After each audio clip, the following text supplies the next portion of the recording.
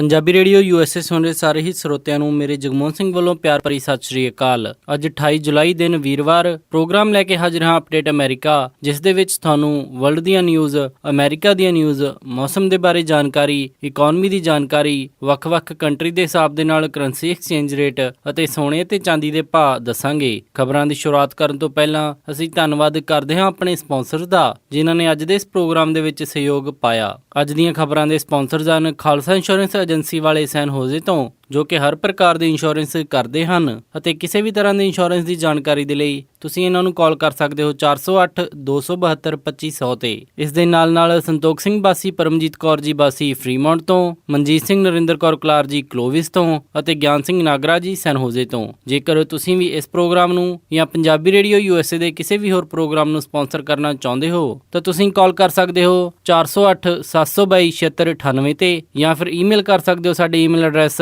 info@punjabiradiousa.com ਤੇ। ਹੁਣ ਵਧਦੇ ਹਾਂ ਜੀ ਅੱਜ ਦੀ ਪਹਿਲੀ ਖਬਰ ਵੱਲ।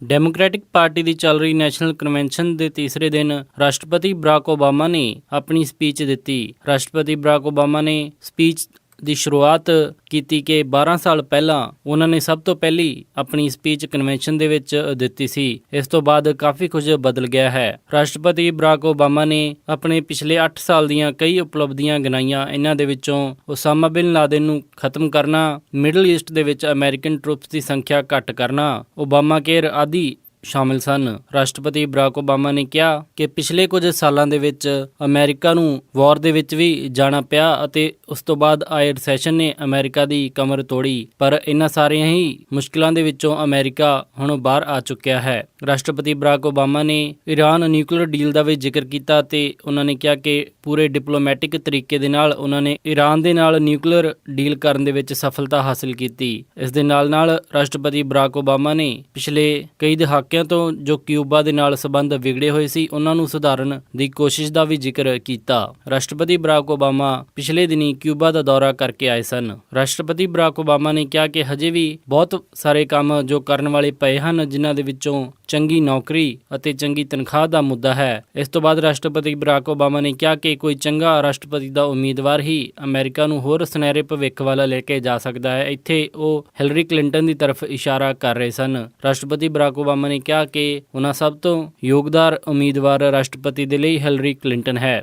ਰਾਸ਼ਟਰਪਤੀ ਬਰਾਕ ਓਬਾਮਾ ਨੇ ਰਿਪਬਲਿਕਨ ਪਾਰਟੀ ਦੇ ਉਮੀਦਵਾਰ ਡੋਨਲਡ ਟਰੰਪ ਦੇ ਉੱਤੇ ਵੀ ਹਮਲਾ ਕੀਤਾ। ਰਾਸ਼ਟਰਪਤੀ ਬਰਾਕ ਓਬਾਮਾ ਨੇ ਕਿਹਾ ਕਿ ਡੋਨਲਡ ਟਰੰਪ ਦੇਸ਼ ਨੂੰ ਵੰਡਣ ਵਾਲੀ ਰਾਜਨੀਤੀ ਕਰ ਰਹੇ ਹਨ। ਡੋਨਲਡ ਟਰੰਪ ਦਾ ਨਾਮ ਲੈਂਦੇ ਹੀ ਕਨਵੈਨਸ਼ਨ ਦੇ ਵਿੱਚ ਮੌਜੂਦ ਲੋਕਾਂ ਨੇ ਬੂ ਕਰਨਾ ਸ਼ੁਰੂ ਕੀਤਾ ਅਤੇ ਸਪੀਚ ਦੇ ਅੰਤ ਦੇ ਵਿੱਚ ਰਾਸ਼ਟਰਪਤੀ ਬਰਾਕ ਓਬਾਮਾ ਨੇ ਲੋਕਾਂ ਨੂੰ ਹਿਲਰੀ ਕਲਿੰਟਨ ਦੇ ਲਈ ਵੋਟ ਕਰਨ ਦੇ ਲਈ ਕਿਹਾ।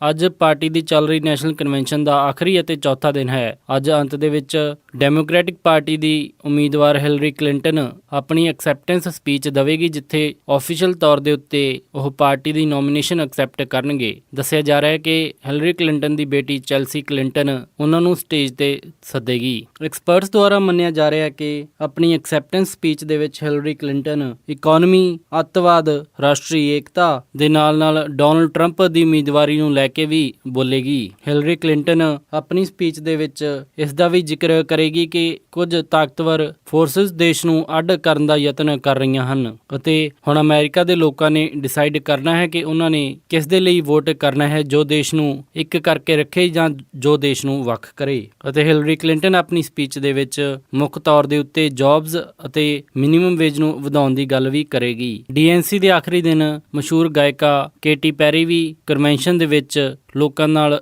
ਰੂਬਰੂ ਹੋਵੇਗੀ। ਕੈਲੀਫੋਰਨੀਆ ਦੀ ਕੁੱਕ ਕਾਉਂਟੀ ਦੀ ਇੱਕ ਜੇਲ੍ਹ ਦੇ ਵਿੱਚ ਬਣੀ ਹੌਸਟੇਜ ਸਿਚੁਏਸ਼ਨ ਨੂੰ ਹੁਣ ਸੰਭਾਲਿਆ ਗਿਆ ਹੈ। ਦੱਸਿਆ ਜਾ ਰਿਹਾ ਹੈ ਕਿ ਜੇਲ੍ਹ ਦੇ ਅੰਦਰ 2 ਕੈਦੀਆਂ ਨੇ ਸਭ ਤੋਂ ਪਹਿਲਾਂ ਸਿਕਿਉਰਿਟੀ ਕੈਮਰਾਜ਼ ਤੋੜੇ ਅਤੇ ਬਾਅਦ ਦੇ ਵਿੱਚ ਇੱਕ ਹੋਰ ਕੈਦੀ ਨੂੰ ਉਹਨਾਂ ਨੇ ਬੰਦੀ ਬਣਾ ਲਿਆ ਅਤੇ ਬਾਅਦ ਦੇ ਵਿੱਚ ਜੇਲ੍ਹ ਅਫਸਰਾਂ ਦੇ ਵੱਲ ਨੂੰ ਉਹ ਹੋ ਗਏ। ਸ਼ੈਰਿਫ ਐਮਰਜੈਂਸੀ ਰਿਸਪੌਂਸ ਟੀਮ ਮੌਕੇ ਦੇ ਉੱਤੇ ਜੇਲ੍ਹ ਦੇ ਵਿੱਚ ਪਹੁੰਚੀ ਅਤੇ ਉਹਨਾਂ ਨੇ ਸਾਰੀ ਸਿਚੁਏਸ਼ਨ ਸੰਭਾਲ ਲਈ। ਦੱਸਿਆ ਜਾ ਰਿਹਾ ਕਿ ਇਸ ਪੂਰੀ ਘਟਨਾ ਦੇ ਵਿੱਚ ਕਿਸੇ ਨੂੰ ਕੋਈ ਜ਼ਿਆਦਾ ਸੱਟ ਨਹੀਂ ਲੱਗੀ ਹੈ ਅਤੇ ਹੁਣ ਹਾਲਾਤ ਕਾਬੂ ਦੇ ਵਿੱਚ ਆ ਗਏ ਹਨ।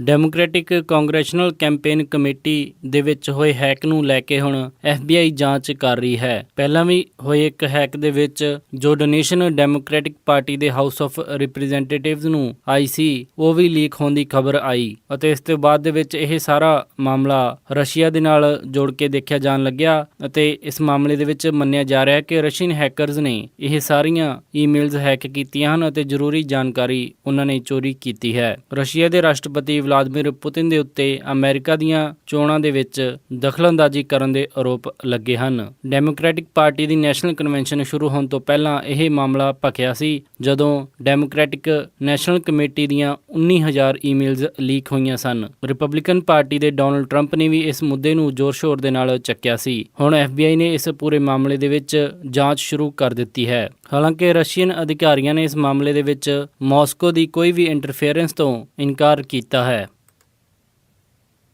ਟੈਕਸਸ ਤੋਂ ਆਈ ਇੱਕ ਖਬਰ ਦੇ ਮੁਤਾਬਿਕ ਟੈਕਸਸ ਦੀਆਂ ਜੇਲ੍ਹਾਂ ਦੇ ਵਿੱਚ ਪਿਛਲੇ 10 ਸਾਲਾਂ ਦੇ ਵਿੱਚ 7,000 ਲੋਕਾਂ ਦੀ ਮੌਤ ਹੋਈ ਹੈ। ਇਹ report university of Texas at Austin ਨੇ ਇੱਕ ਰਿਸਰਚ ਇੰਸਟੀਚਿਊਟ ਦੇ ਵਿੱਚ ਸਾਂਝੀ ਕੀਤੀ ਹੈ। ਇਹਨਾਂ ਦੇ ਵਿੱਚੋਂ 2,000 ਲੋਕ ਜਿਨ੍ਹਾਂ ਦੀ ਮੌਤ ਹੋਈ ਹੈ ਉਹਨਾਂ ਦੇ ਉੱਤੇ ਕੋਈ ਵੀ ਜੁਰਮ ਹਜੇ ਤੱਕ ਸਾਬਿਤ ਨਹੀਂ ਹੋਇਆ ਸੀ। ਡੈਮੋਗ੍ਰਾਫਿਕ ਤੌਰ ਦੇ ਉੱਤੇ ਦੇਖਿਆ ਜਾਵੇ ਤਾਂ ਇਹਨਾਂ ਮਰਨ ਵਾਲਿਆਂ ਦੇ ਵਿੱਚੋਂ 42% ਵਾਈਟ ਲੋਕ ਹਨ, 30% ਅਫਰੀਕਨ ਅਮਰੀਕਨ, 28% ਹਿਸਪੈਨਿਕ ਅਤੇ 1% ਹੋਰ ਰੇਸਾਂ ਦੀ ਸੰਖਿਆ ਇਸ ਦੇ ਵਿੱਚ ਦੱਸੀ ਜਾਂਦੀ ਹੈ। ਦੱਸਿਆ ਜਾ ਰਿਹਾ ਕਿ ਇਹ ਸਾਰਾ ਡੇਟਾ ਸਟੇਟ ਅਟਾਰਨੀ ਜਨਰਲ ਦੇ ਆਫਿਸ ਤੋਂ ਲਿਆ ਗਿਆ ਹੈ। ਮਰਨ ਵਾਲੇ 7,000 ਵਿਅਕਤੀਆਂ ਦੇ ਵਿੱਚੋਂ 4,870 ਕੁਦਰਤੀ ਕਾਰਨਾਂ ਕਰਕੇ ਮਰੇ ਹਨ। 772 ਲੋਕਾਂ ਨੇ ਸੁਸਾਈਡ ਕਮਿਟ ਕੀਤਾ, 275 ਲੋਕਾਂ ਦੀ ਡਰੱਗ ਜਾਂ ਫਿਰ ਸ਼ਰਾਬ ਕਰਕੇ ਮੌਤ ਹੋਈ ਅਤੇ ਬਾਕੀ ਹੋਰ ਕਈ ਕਾਰਨ ਮਿਲਾ ਕੇ ਇਹ ਮੌਤਾਂ ਕਸਟਡੀ ਦੇ ਵਿੱਚ ਹੋਈਆਂ ਹਨ। ਨਿਊਯਾਰਕ ਦੇ ਵਿੱਚ ਇੱਕ ਵਿਅਕਤੀ ਰੈਮਸੇ ਔਰਟਾ ਨੇ ਨਿਊਯਾਰਕ ਪੁਲਿਸ ਨੂੰ $10 ਮਿਲੀਅਨ ਦੇ ਲਈ ਸੂ ਕੀਤਾ ਹੈ। ਦੱਸਿਆ ਜਾ ਰਿਹਾ ਹੈ ਕਿ ਰੈਮਸੇ ਦੇ ਮੋਬਾਈਲ ਨੇ ਇੱਕ ਵੀਡੀਓ ਕੈਪਚਰ ਕੀਤੀ ਸੀ ਜਿਸ ਦੇ ਵਿੱਚ ਪੁਲਿਸ ਵਾਲੇ ਐਰਿਕ ਗਾਰਨਰ ਨਾਮ ਦੇ ਇੱਕ ਵਿਅਕਤੀ ਨੂੰ ਗ੍ਰਿਫਤਾਰ ਕਰ ਰਹੇ ਸਨ ਅਤੇ ਉਸ ਦੀ ਗ੍ਰਿਫਤਾਰੀ ਦੇ ਸਮੇਂ ਗਲਾ ਦੱਬਣ ਕਰਕੇ ਐਰਿਕ ਗਾਰਨਰ ਦੀ ਮੌਤ ਹੋ ਗਈ। ਐਰਿਕ ਗਾਰਨਰ ਦਮੇ ਦਾ ਮਰੀਜ਼ ਦੱਸਿਆ ਜਾਂਦਾ ਸੀ। ਰੈਮਸੇ ਔਰਟਾ ਨੇ ਕਿਹਾ ਹੈ ਕਿ ਪੁਲਿਸ ਨੇ ਬਦਲੇ ਦੀ ਭਾਵਨਾ ਦੇ ਨਾਲ ਉਸ ਦੇ ਖਿਲਾਫ ਸਾਜ਼ਿਸ਼ ਰਚ ਕੇ ਉਸ ਨੂੰ ਡਰੱਗ ਤਸਕਰੀ ਦੇ ਵਿੱਚ ਗ੍ਰਿਫਤਾਰ ਕੀਤਾ। ਇਸ ਲਈ ਹੁਣ ਰੈਮਸੇ ਨੇ ਉਸ ਵੀਡੀਓ ਨੂੰ ਪਬਲਿਕ ਕਰਕੇ ਹੋਰ ਲੋਕਾਂ ਨੂੰ ਫਾਰਵਰਡ ਕਰ ਦਿੱਤਾ ਅਤੇ ਨਾਲ ਦੀ ਨਾਲ ਨਿਊਯਾਰਕ ਪੁਲਿਸ ਡਿਪਾਰਟਮੈਂਟ ਨੂੰ $10 ਮਿਲੀਅਨ ਦੇ ਲਈ ਸੂ ਕਰ ਦਿੱਤਾ। ਉਸ ਦੇ ਵਕੀਲ ਐਂਡਰਿਊ ਪਲਾਸੇ ਨੇ ਦੱਸਿਆ ਕਿ ਰੈਮਸੇ ਔਰਟਾ ਨੂੰ ਬਿਨਾਂ ਮਤਲਬ ਦੇ ਕੇਸ ਦੇ ਵਿੱਚ ਫਸਾਇਆ ਜਾ ਰਿਹਾ ਹੈ। ਇਹ ਪੂਰਾ ਮਾਮਲਾ ਜੁਲਾਈ 2014 ਦੇ ਵਿੱਚ ਸ਼ੁਰੂ ਹੋਇਆ ਸੀ ਜਦੋਂ ਨਿਊਯਾਰਕ ਪੁਲਿਸ ਨੇ ਖੁੱਲੀਆਂ ਸਿਗਰਟਾਂ ਵੇਚ ਰਹੇ ਇਸ ਵਿਅਕਤੀ ਨੂੰ ਗ੍ਰਿਫਤਾਰ ਕਰਨ ਦੀ ਕੋਸ਼ਿਸ਼ ਕੀਤੀ ਸੀ ਅਤੇ ਬਾਅਦ ਦੇ ਵਿੱਚ ਗਲਾ ਦਬਨ ਕਰਕੇ ਉਸ ਦੀ ਮੌਤ ਹੋਈ ਸੀ। ਇਹ ਮਾਮਲਾ ਹੁਣ ਮੈਨਹਟਨ ਸੁਪਰੀਮ ਕੋਰਟ ਦੇ ਵਿੱਚ ਪਹੁੰਚ ਗਿਆ ਹੈ।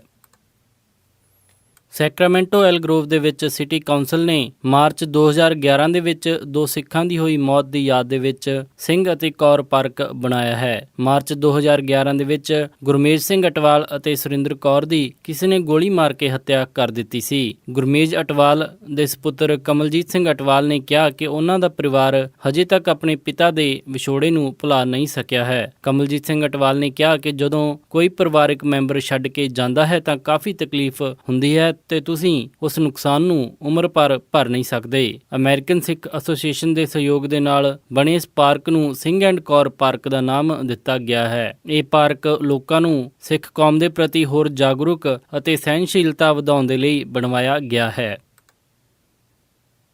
ਇਹ ਸਨ ਅੱਜ ਦੀਆਂ ਕੁਝ ਖਾਸ ਖਬਰਾਂ। ਹੁਣ ਵਧਦੇ ਹਾਂ ਜੀ ਮੌਸਮ ਦੀ ਜਾਣਕਾਰੀ ਦੇ ਵੱਲ। ਸ਼ੁੱਕਰਵਾਰ ਨੂੰ ਸੈਨ ਹੋਜ਼ੇ ਦੇ ਵਿੱਚ ਹਾਈ ਟੈਂਪਰੇਚਰ ਰਹੇਗਾ 90 ਡਿਗਰੀ ਅਤੇ ਲੋ ਟੈਂਪਰੇਚਰ 61 ਡਿਗਰੀ। ਸੈਨ ਫਰਾਂਸਿਸਕੋ ਦੇ ਵਿੱਚ 64 ਡਿਗਰੀ ਹਾਈ ਅਤੇ ਰਾਤ ਨੂੰ 53 ਡਿਗਰੀ ਲੋ।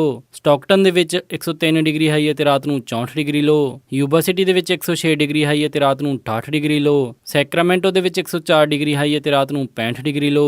ਟ੍ਰੇਸੀ ਦੇ ਵਿੱਚ 106 ਡਿਗਰੀ ਹਾਈ ਅਤੇ ਰਾਤ ਨੂੰ 67 ਡਿਗਰੀ ਲੋ। ਮੋਡੈਸਟੋ ਦੇ ਵਿੱਚ 107 ਡਿਗਰੀ ਹਾਈ ਅਤੇ ਰਾਤ ਨੂੰ 70 ਡਿਗਰੀ ਲੋ। ਫ੍ਰੈਜ਼ਨੋ ਦੇ ਵਿੱਚ 111 ਡਿਗਰੀ ਹਾਈ ਅਤੇ ਰਾਤ ਨੂੰ 76 ਡਿਗਰੀ ਲੋ।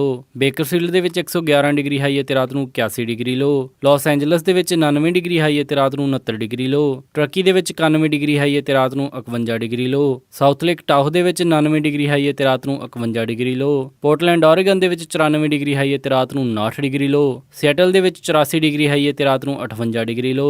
ਫਲੈਗਸਟੈਫ ਐਰੀਜ਼ੋਨਾ ਦੇ ਵਿੱਚ 86 ਡਿਗਰੀ ਹਾਈ ਅਤੇ ਰਾਤ ਨੂੰ 57 ਡਿਗਰੀ ਲੋ। ਸਾਲਟ ਲੇਕ ਸਿਟੀ ਯੂਟਾ ਦੇ ਵਿੱਚ 102 ਡਿਗਰੀ ਹਾਈ ਅਤੇ ਰਾਤ ਰਾਤ ਨੂੰ 75 ਡਿਗਰੀ ਲੋ। ਸ਼ਿਕਾਗੋ ਦੇ ਵਿੱਚ 76 ਡਿਗਰੀ ਹਾਈ ਅਤੇ ਰਾਤ ਨੂੰ 68 ਡਿਗਰੀ ਲੋ। ਨਿਊਯਾਰਕ ਦੇ ਵਿੱਚ 83 ਡਿਗਰੀ ਹਾਈ ਅਤੇ ਰਾਤ ਨੂੰ 72 ਡਿਗਰੀ ਲੋ। ਕੈਨੇਡਾ ਟੋਰਾਂਟੋ ਦੇ ਵਿੱਚ 28 ਡਿਗਰੀ ਸੈਲਸੀਅਸ ਹਾਈ ਅਤੇ ਰਾਤ ਨੂੰ 18 ਡਿਗਰੀ ਸੈਲਸੀਅਸ ਲੋ। ਵਿਨੀਪੈਗ ਦੇ ਵਿੱਚ 25 ਡਿਗਰੀ ਸੈਲਸੀਅਸ ਹਾਈ ਅਤੇ ਰਾਤ ਨੂੰ 14 ਡਿਗਰੀ ਸੈਲਸੀਅਸ ਲੋ।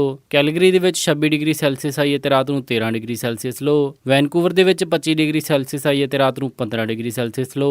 ਪੰਜਾਬ ਅੰਮ੍ਰਿਤਸਰ ਦੇ ਵਿੱਚ 34 ਡਿਗਰੀ ਸੈਲਸੀਅਸ ਹਾਈ ਅਤੇ ਰਾਤ ਨੂੰ 25 ਡਿਗਰੀ ਸੈਲਸੀਅਸ ਲੋ। ਮੈਲਬਰਨ ਆਸਟ੍ਰੇਲੀਆ ਦੇ ਵਿੱਚ 14 ਡਿਗਰੀ ਸੈਲਸੀਅਸ ਹਾਈ ਅਤੇ ਰਾਤ ਨੂੰ 8 ਡਿਗਰੀ ਸੈਲਸੀਅਸ ਲੋ। ਲੰਡਨ ਦੇ ਵਿੱਚ 22 ਡਿਗਰੀ ਸੈਲਸੀਅਸ ਹਾਈ ਅਤੇ ਰਾਤ ਨੂੰ 14 ਡਿਗਰੀ ਸੈਲਸੀਅਸ ਲੋ। ਬਰਲਿਨ ਦੇ ਵਿੱਚ 25 ਡਿਗਰੀ ਸੈਲਸੀਅਸ ਹਾਈ ਅਤੇ ਰਾਤ ਨੂੰ 16 ਡਿਗਰੀ ਸੈਲਸੀਅਸ ਲੋ। ਅਤੇ ਫਰਾਂਸ ਪੈਰਿਸ ਦੇ ਵਿੱਚ 24 ਡਿਗਰੀ ਸੈਲਸੀਅਸ ਹਾਈ ਅਤੇ ਰਾਤ ਨੂੰ 15 ਡਿਗਰੀ ਸੈਲਸੀਅਸ ਲੋ ਰਹੇਗਾ ਜੀ। ਇਹ ਸੀ ਜੀ ਮੌਸਮ ਦੀ ਜਾਣਕਾਰੀ। ਹੁਣ ਵੱਧਦੇ ਹਾਂ ਜੀ ਸਟਾਕ ਮਾਰਕੀਟ ਦੀ ਇਨਫੋਰਮੇਸ਼ਨ ਦੇ ਵੱਲ। ਵੀਰਵਾਰ ਨੂੰ ਕਲੋਜ਼ਿੰਗ ਦੇ ਸਮੇਂ ਡਾਓ ਜੋਨਸ 15 ਅੰਕਾਂ ਦੀ ਗਿਰਾਵਟ ਦੇ ਨਾਲ 18,456.35 ਤੇ ਬੰਦ ਹੋਇਆ। ਨੈਸਡੈਕ 15 ਅੰਕ ਵੱਧ ਕੇ 5154.98 ਤੇ ਬੰਦ ਹੋਇਆ। S&P 3 ਅੰਕ ਵੱਧ ਕੇ 2170.06 ਤੇ ਬੰਦ ਹੋਇਆ ਅਤੇ ਵਿਲਸ਼ਾਇਰ 5000 33 ਅੰਕ ਵੱਧ ਕੇ 22,497.42 ਤੇ ਬੰਦ ਹੋਇਆ। ਅੱਜ ਦਾ ਸਭ ਤੋਂ ਮਸ਼ਹੂਰ ਸਟਾਕ GoPro ਕੰਪਨੀ ਦਾ ਰਿਹਾ, ਜਿਸ ਦੀ ਕੀਮਤ 13.03 ਰਹੀ। ਕਰੰਸੀ ਐਕਸਚੇਂਜ ਰੇਟ ਦੇ ਵਿੱਚ ਇੱਕ US ਡਾਲਰ ਦੀ ਕੀਮਤ ਰਹੀ 66 ਪੈਸੇ, ਇੱਕ ਕੈਨੇਡੀਅਨ ਡਾਲਰ ਦੀ ਕੀਮਤ ਰਹੀ 51 5 ਪੈਸੇ, ਇੱਕ ਬ੍ਰਿਟਿਸ਼ ਪਾਉਂਡ ਦੀ ਕੀਮਤ ਰਹੀ 88 32 ਪੈਸੇ, ਇੱਕ ਯੂਰੋ ਦੀ ਕੀਮਤ ਰਹੀ 74 20 ਪੈਸੇ, ਇੱਕ ਆਸਟ੍ਰੇਲੀਅਨ ਡਾਲਰ ਦੀ ਕੀਮਤ ਰਹੀ 50 44 ਪੈਸੇ, ਇੱਕ ਨਿਊਜ਼ੀਲੈਂਡ ਡਾਲਰ ਦੀ ਕੀਮਤ ਰਹੀ 47 59 ਪੈਸੇ, ਇੱਕ ਸਿੰਗਾਪੁਰ ਡਾਲਰ ਦੀ ਕੀਮਤ ਰਹੀ 49 62 ਪੈਸੇ, ਇੱਕ ਬਹਿਰੀਨੀ ਦਿਨਾਰ ਦੀ ਕੀਮਤ ਰਹੀ 170 66 ਪੈਸੇ, ਇੱਕ ਕੁਵੈਤੀ ਦਿਨਾਰ ਦੀ ਕੀਮਤ ਰਹੀ 221 72 ਪੈਸੇ। ਸੋਨੇ ਦਾ ਰੇਟ $1338.20 ਪਰ ਆਉਂਸ ਰਿਹਾ ਅਤੇ ਚਾਂਦੀ $20.22 ਪਰ ਆਉਂਸ ਰਹੀ। ਇਸੇ ਦੇ ਨਾਲ ਅੱਜ ਦਾ ਇਹ ਖਬਰਾਂ ਦਾ ਬੁਲੇਟਿਨ ਇੱਥੇ ਹੀ ਸਮਾਪਤ ਕਰਦੇ ਹਾਂ ਜੀ। ਇਜਾਜ਼ਤ ਦਿਓ। ਉਮੀਦ ਹੈ ਕਿ ਤੁਹਾਨੂੰ ਅੱਜ ਦਾ ਇਹ ਪ੍ਰੋਗਰਾਮ ਪਸੰਦ ਆਇਆ ਹੋਵੇਗਾ। ਕਿਸੇ ਵੀ ਤਰ੍ਹਾਂ ਦੇ ਫੀਡਬੈਕ ਦੇ ਲਈ ਤੁਸੀਂ ਸਾਨੂੰ ਕਾਲ ਕਰ ਸਕਦੇ ਹੋ 408 272 5200 ਤੇ, ਜਾਂ ਫਿਰ ਈਮੇਲ ਕਰ ਸਕਦੇ ਹੋ ਸਾਡੇ ਈਮੇਲ ਐਡਰੈਸ info@punjabiradiousa.com ਤੇ। ਇੱਕ ਵਾਰੀ ਫਿਰ ਸਾਰੇ ਸਪਾਂਸਰ ਦਾ ਬਹੁਤ-ਬਹੁਤ ਧੰਨਵਾਦ। ਮਿਲਦੇ ਹਾਂ ਜੀ ਅਪਡੇਟ ਅਮਰੀਕਾ ਦੇ ਅਗਲੇ ਅੰਕ ਵਿੱਚ। ਤਦ ਤੱਕ ਲਈ ਸਾਰਿਆਂ ਨੂੰ ਪਿਆਰ ਅਤੇ ਸਤਿਕਾਰ ਭਰੀ ਸਤਿ ਸ਼੍ਰੀ ਅਕਾਲ। ਸੁਣਦੇ ਰਹੋ ਜੀ ਪੰਜਾਬੀ ਰੇਡੀਓ USA।